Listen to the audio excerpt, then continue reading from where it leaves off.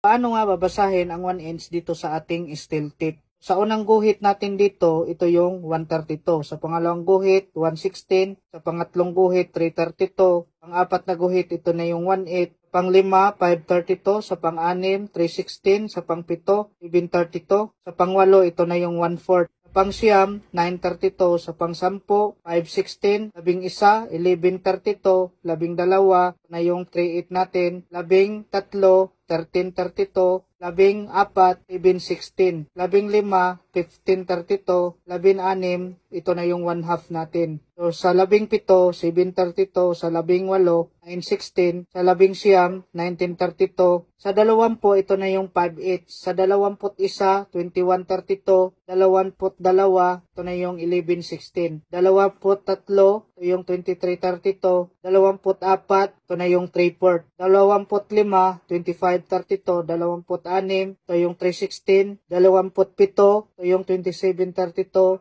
28, ito na yung 78, 29, ito na yung 2932, sa 30 naman, ito yung 516, 31, ito yung 3132, tapos yung 32 natin, ito na yung 1 inch.